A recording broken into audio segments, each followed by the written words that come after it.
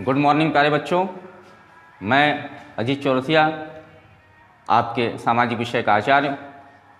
आज मैं आप लोगों को आपके सामाजिक विज्ञान की किताब से पहला पाठ यूरोप में राष्ट्रवाद का उदय, उसके बारे में मैं आपको बताऊंगा कि यूरोप में राष्ट्रवाद का उदय यह पाठ आपको कैसे पढ़ना है और कैसे इसको लंबे समय तक आपको आसान भाषा में याद रखना है। तो आइए पाठ की तरफ चलते हैं। यूरोप में राष्ट्रवाद का उदय। सबसे पहले हम जानने का प्रयास करते हैं कि राष्ट्रवाद क्या होता है। राष्ट्रवाद अर्थात व्यक्ति जब अपने व्यक्तिगत स्वार्थ को छोड़कर राष्ट्र हित में सोचने लगे तो वह राष्ट्रवाद कहलाता है। और आसान भाषा में समझने का प्रयास करते हैं कि जब व्यक्ति के मन में यह भाव आ जाए, किसी क्षेत्र में रहने वाले व्यक्ति के मन में यह भाव आ जाए कि हम रहें या न रहें, यह देश रहे, तो वह राष्ट्रवाद कहलाता है। और बृहद रूप में इसकी परिभाषा समझते हैं।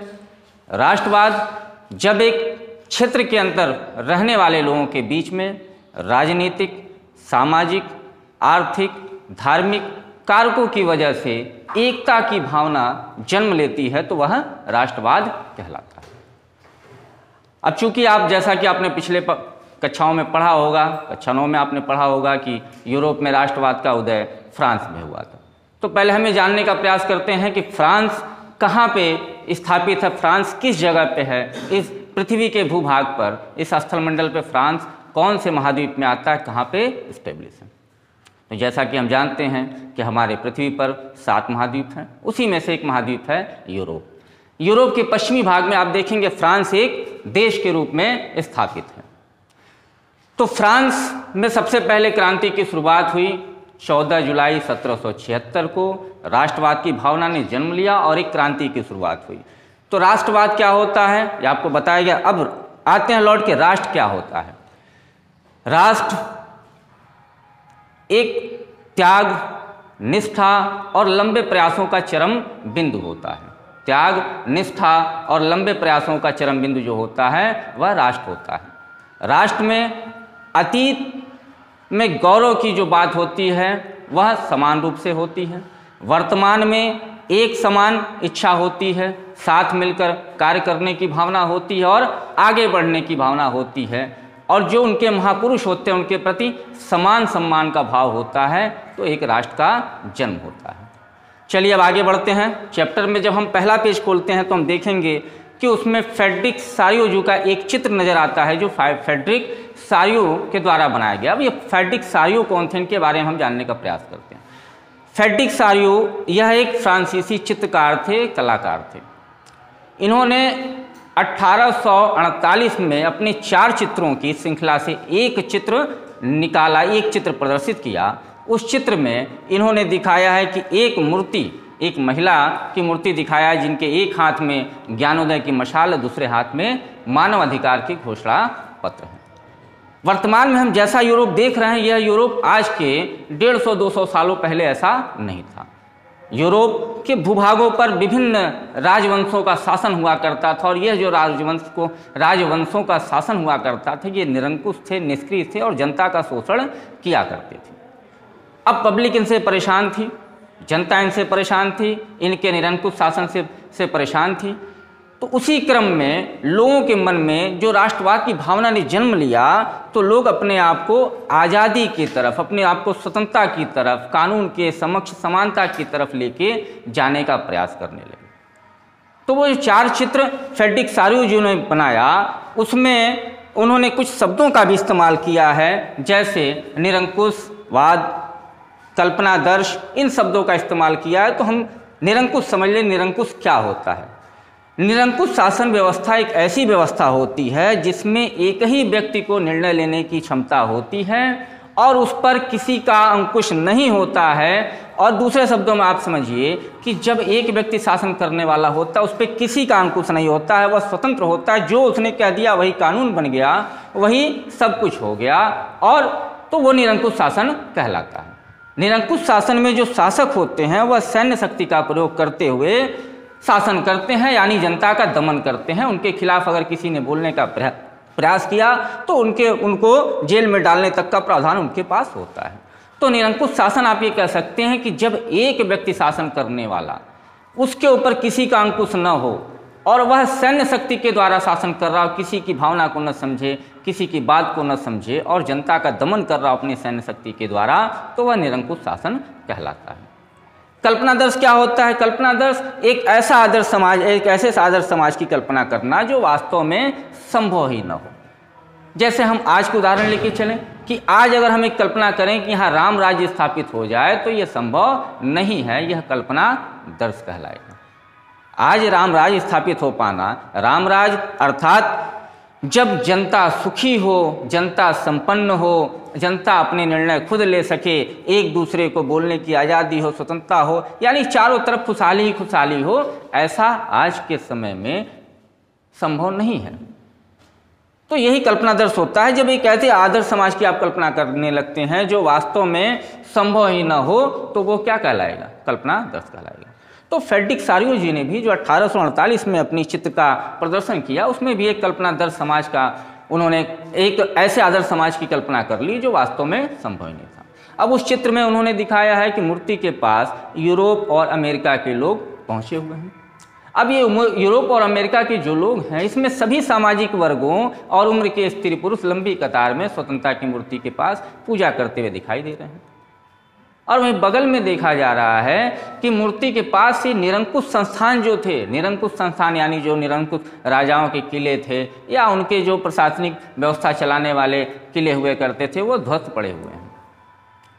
तो ये जो कल्पना दर्श इन्होंने किया, जो इनके आदर्श में था, तो उन्होंने इस चित्र के माध्यम से दिखाने का प्रयास किया। अब उसमें यह भी है कि अलग अलग राष्ट्रों के लोग वहाँ पहुँच रहे हैं, जो समूह है वह अलग अलग राष्ट्रों में विभाजित है, लेकिन उनका नेतृत्व कौन कर रहा है? अमेरिका और स्विट्जरलैंड के लोग कर रहे हैं। क्योंकि आप जानते हैं कि अमेरिका 1776 में आज़ाद हुआ, स्विट्जरलैंड 1815 में एक राष्ट्र बन चुका था, यानी 1848 के पहले स्विट्जरलैंड और अमेरिका जो एक राष्ट्र के रूप में बन चुके थे, तो उनको इसका नेतृत्व करता दिखाया गया है। फिर उस चित्र में आप देख रहे हैं कि पीछे की तरफ France, Germany, Austria, Lombardy, Poland, England और आयरलैंड के देश भी पीछे लगे हुए हैं कतार में।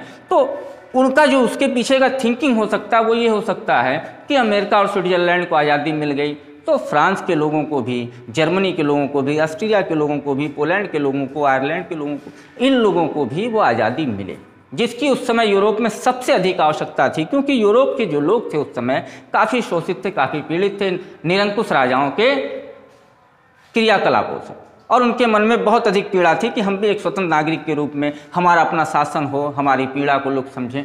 तो इसलिए उस चित्र के माध्यम से दिखाने का प्रयास फ्रेडरिक सारियो जी ने किया। लेकिन उस चित्र में जो सबसे बड़ा विचार उन्होंने दिया वह यह दिया कि विश्व के राष्ट्रों के बीच में एक आपसी भाईचारे को दिखाया उन्होंने। क्योंकि विश्व के जितने भी यूरोप के या अमेरिका के जो भी राष्ट्र उस समय थे तत्कालीन, उनको एक लाइन में ला दिया और ये दिखाने का प्रयास किया कि इनके बीच में एक आपसी भाईचारा है। चलिए, ये तो हो गया आपका फ्रेडरिक सारियो। अब हम लौट के आते हैं कि यूरोप में, जैसा कि हम जानते हैं, यूरोप में जो राष्ट्रवाद का उदय हुआ सबसे पहले फ्रांस में हुआ। और फ्रांस में जब यूरोप के अंतर्गत फ्रांस में राष्ट्रवाद का उदय हुआ, तो हम फ्रांस की क्रांति को पहले पढ़ते हैं, समझते हैं कि यह राष्ट्रवाद ने कैसे विकराल रूप लिया और कहाँ उसका हमें फ़ायदा मिला। क्या फ़ायदा मिला? अगर राष्ट्रवाद की भावना ने जन्म लिया तो हमें उसका फ़ायदा क्या मिला? उसका पहला जो प्राथमिक परिणाम निकल के आया, सकारात्मक परिणाम पहले निकल के आया, वो किस रूप में आया? तो राष्ट्रवाद ने जन्म लिया तो फ्रांस में जन्म लिया, और जब राष्ट्रवाद ने जन्म लिया तो फ्रांस में क्रांति होती है। तो चलिए हम अगले पॉइंट की तरफ आते हैं कि जो फ्रांस की क्रांति हुई वह कैसे हुई, कैसे उसकी शुरुआत हुई और उसके क्या हमको परिणाम, सकारात्मक परिणाम निकल के आए। तो जैसा कि हम जानते हैं, आपने पिछले पार्ट में पढ़ा भी होगा कि फ्रांस की क्रांति, फ्रांस में बुर्बो वंश का शासन था और वहाँ के लगभग 5 शासकों ने 200 वर्षों तक फ्रांस में शासन किया। इन 200 वर्षों में जो फ्रांस के 5 राजाओं ने क्रमबद्ध तरीके से शासन किया, उसमें 1774 में फ्रांस की गद्दी पर लुई 16वां नामक राजा गद्दी पर बैठा। फ्रांस की क्रांति की शुरुआत लुई 16वां के कार्यकाल में हुई। तो जब लुई 16वां 1774 में गद्दी पे बैठा तो उस समय उसकी उम्र 20 वर्ष थी। लेकिन जब वो गद्दी पे बैठा तो उसका राजकोष खाली था, राजकोष खाली था और वह बराबर उसका राजकोष खाली ही चलता रहा। और इस वजह से वहाँ क्रांति ने एक क्रांति की जो शुरुआत हुई वह लुई 16वां के क्रियाकलापों से अधिक बल उसको मिला। लेकिन क्या उसमें केवल लुई 16वां की गलती थी? ऐसा नहीं है। हम इसके पीछे भी जाना, इसके आगे की घटनाओं पे जाना चाहेंगे। जब 1643 में लुई 14वां गद्दी पर बैठा तो 1643 से 1661 के बीच में वह 1643 से 1661 के बीच में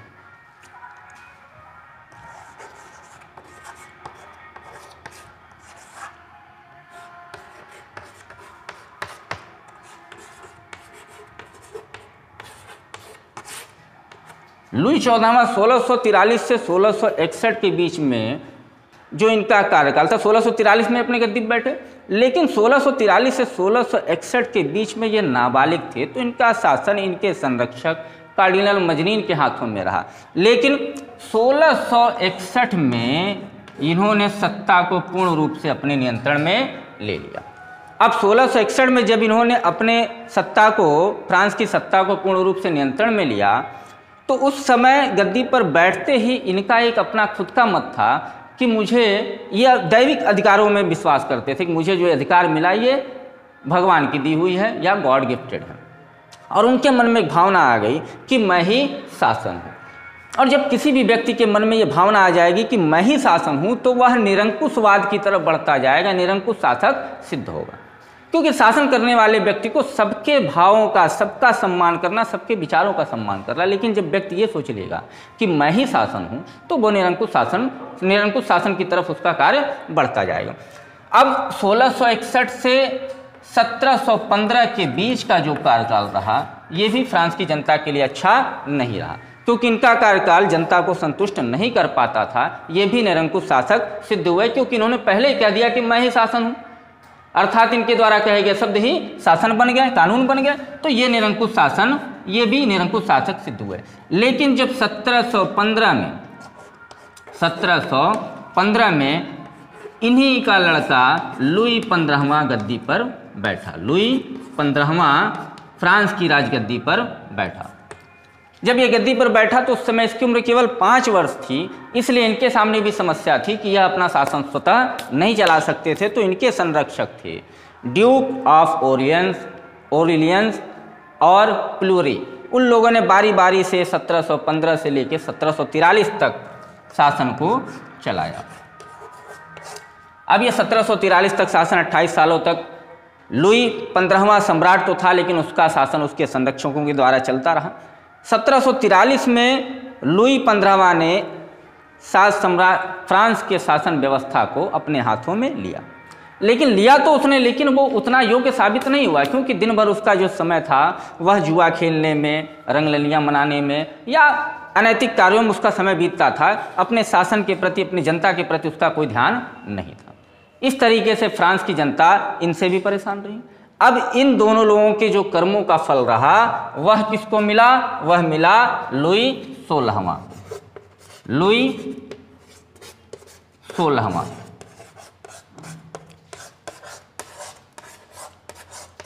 अब इन्हीं के वंशज लुई 16वां 1774 में फ्रांस की गद्दी पर बैठते हैं। उस समय उनकी उम्र 20 वर्ष थी। जब ये गद्दी पर बैठते हैं तो उस समय फ्रांस का जो राजकोष था वह खाली था।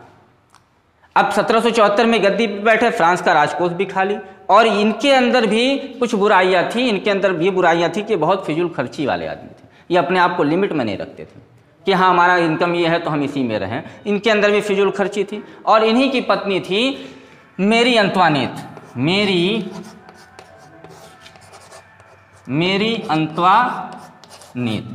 मेरी अंतवानेत जो कि फ्रांस की राजकुमारी थी, मेरिया थेरेसा की पुत्री थी।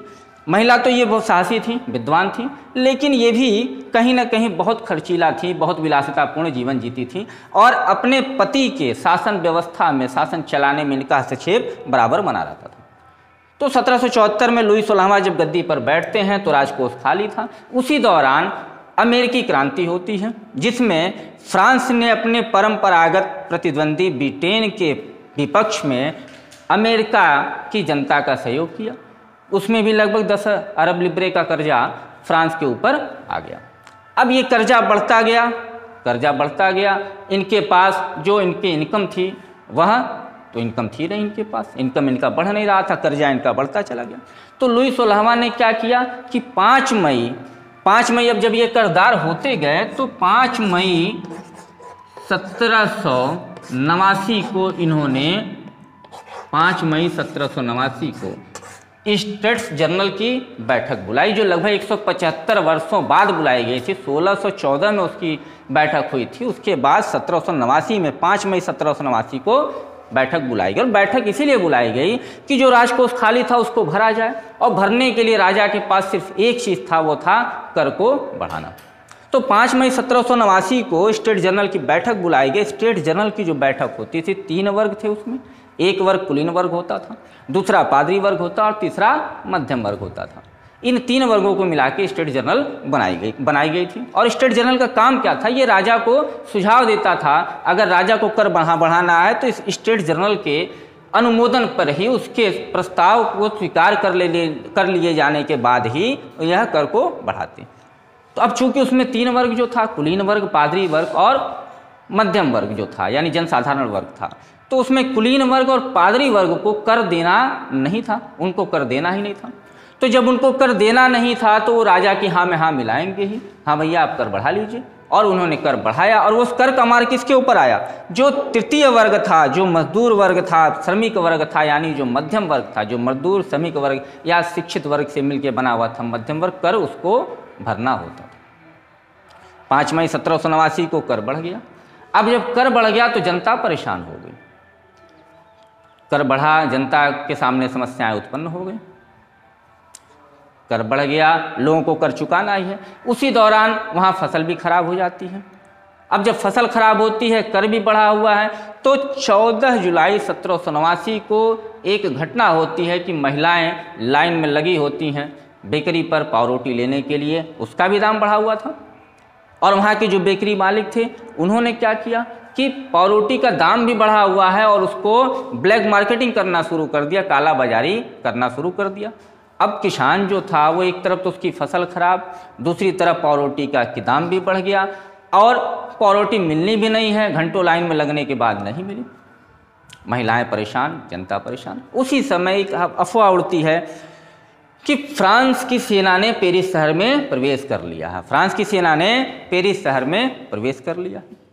इन घटनाओं को देखते हुए वहाँ एक आंदोलन, एक क्रांति जन्म लेती है। लोग क्या करते हैं कि बास्तिल के किले को ध्वस्त कर देते हैं, बास्तिल के किले की तरफ बढ़ते हैं और बास्तिल के किले को ध्वस्त कर देते हैं, और जो कैदी होते छुड़ा लेते हैं। तो 14 जुलाई 1789 को वास्तव में क्रांति की शुरुआत होती है। राष्ट्रवाद की भावना ने जन्म लिया और वह जन्म क्रांति के रूप में बदल गई, और 14 जुलाई 1789 से फ्रांस की जो क्रांति की शुरुआत होती है वह अपने बृहद रूप में चली जाती है। अब आते हैं कि फ्रांस में जो क्रांति हुई उसके द्वारा उस क्रांति को बढ़ाने के लिए बदलाव क्या किए गए। अब प्रश्न ये उठता है कि अगर क्रांति हुई तो उसके द्वारा कौन से बदलाव किए गए कि उस क्रांति ने एक सकारात्मक परिणाम दिया, एक मूर्त रूप ग्रहण कर लिया। कौन से बदलाव किए गए? तो सबसे पहले चूंकि फ्रांस उस समय 40 राज्यों में बटा हुआ था और 40 राज्य की अपनी अलग अलग भाषा थी, अपनी अलग अलग संस्कृति थी, अपने अलग अलग नियम कानून थे, अपने अलग अलग झंडे थे। तो वहाँ जब क्रांति ने जन्म लिया तो जो संगठन, जो क्रांतिकारियों का संगठन था, जो काम कर रहा था इस क्रांति को बढ़ावा देने के लिए, उसने सबसे पहला जो काम किया कि लोगों के मन में एक भावना जागृत की पितृभूमि की। लोगों को ये बताया कि ये धरती आपकी है, आपके माँ बाप की है, आपके पिताजी की, आपकी पैतृक संपत्ति है। पितृभूमि के नाते लोग इकट्ठा होते गए। फिर लोगों के मन में नागरिक की भावना जन्म की लिया कि आप इस धरती पे जन्म लिए हैं, आप यहाँ के नागरिक हैं, ये आपका है। फिर क्या किया उन्होंने, जो एक सामूहिक पहचान के लिए जो सबसे बड़ी जरूरी चीज़ थी वो था कि एक समान झंडा। तो उन्होंने एक समान झंडा बनाया, 3 रंग का, नीला, सफ़ेद, लाल, 3 रंग का एक झंडा बना दिया कि यही हमारी पहचान है। सब लोग उस झंडे के नीचे आ गए। और क्या किया उन्होंने, उसके साथ साथ उन्होंने एक जो राष्ट्रीय गीत था मर्सीले, उसको अडॉप्ट कर लिया, उसको अपना लिया।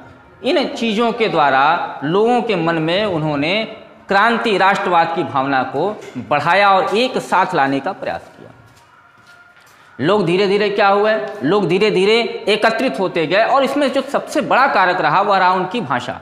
वह जो सबसे बड़ा कारक था वह था राष्ट्रीय भाषा।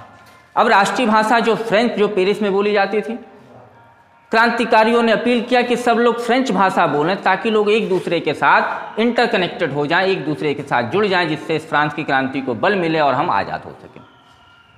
एक नारा फ्रांस की क्रांति में एक नारा निकल के आया, समता, समानता, स्वतंत्रता और बंधुत्व।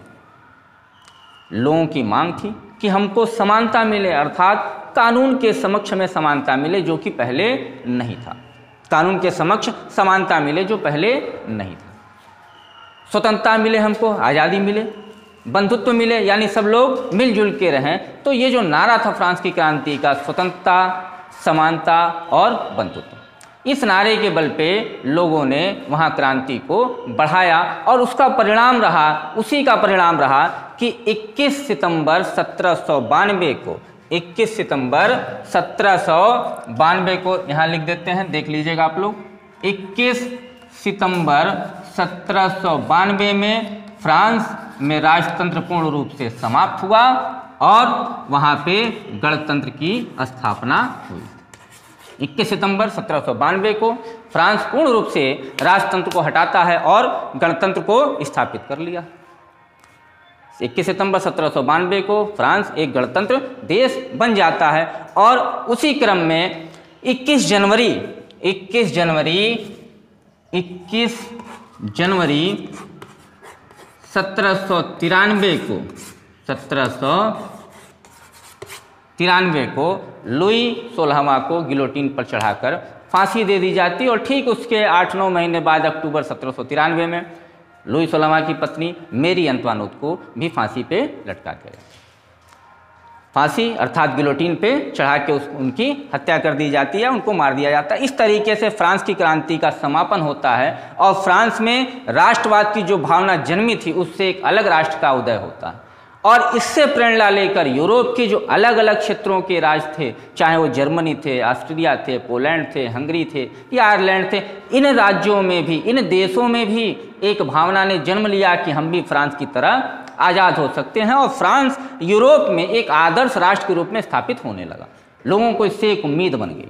तो आगे हम जब पढ़ेंगे तो फ्रांस की क्रांति के आगे पढ़ेंगे तो ये फ्रांस की क्रांति की बेसिक चीज़ है कि एक देश में राष्ट्रवाद ने जन्म लिया और राष्ट्रवाद ने एक ऐसे राष्ट्र का निर्माण किया कि जो यूरोप के अलग अलग क्षेत्रों के अलग अलग लोगों के लिए एक आदर्श साबित हो गया। तो राष्ट्रवाद क्या है कि जब एक भौगोलिक क्षेत्र में रहने वाले लोगों के बीच में राजनीतिक कारण अर्थात उन पर शासन करने वाला जो व्यक्ति होता है वह अयोग्य हो या निरंकुश हो, उसकी वजह से जब प्रताड़ना होती तो राष्ट्रवाद की भावना जन्म लेती। सामाजिक कारण यानी समाज में जब व्याप्त बुराइयां हों, एक आदमी अमीर होता जा रहा, दूसरा आदमी गरीब होता जा रहा है, अमीर को अधिक तवज्जो मिल रही है, गरीब को कम मिल रही है, तो ये सामाजिक कारण है। आसान भाषा में समझ। आर्थिक कारण क्या है कि अमीर होता जा रहा है, उसके पास कमाने के जरिया बढ़ते जा रहे हैं और गरीब के पास कमाने के लिए कोई स्रोत नहीं है। आर्थिक आधार पर दोनों के बीच में काफ़ी असमानता बनती जा रही है। तो ये आर्थिक कारण जो होता है यह राष्ट्रवाद को बढ़ावा देता है। धार्मिक कारण या सांस्कृतिक कारण जो भी आप कह लीजिए। धार्मिक कारण, एक धर्म को अधिक तवज्जो मिलती है, दूसरे धर्म को कम मिलती है, तो ये भी राष्ट्रवाद की भावना को जन्म देता है। और जब इस तरीके की राष्ट्रवाद की भावना जन्म लेती है तो विभिन्न राष्ट्रों का उदय होता है। कुछ राष्ट्र बड़े हो जाते हैं, उसमें कुछ राष्ट्र छोटे हो जाते हैं। तो इन्हीं 4 कारणों से राष्ट्रवाद की भावना को बल मिलता है और जब राष्ट्रवाद की भावना जन्म लेती है तो नए नए राष्ट्रों का उदय होने लगता है। और जैसा कि यूरोप में ऐसा ही हुआ कि साम्राज्य व्यवस्था को समाप्त किया गया और नए नए राष्ट्रों का उदय हुआ। तो मैं आशा करता हूं कि आप इसे आराम से मन से पढ़ेंगे और इसको समझने का प्रयास करेंगे। शेष आगे का चैप्टर अगली वीडियो में। धन्यवाद।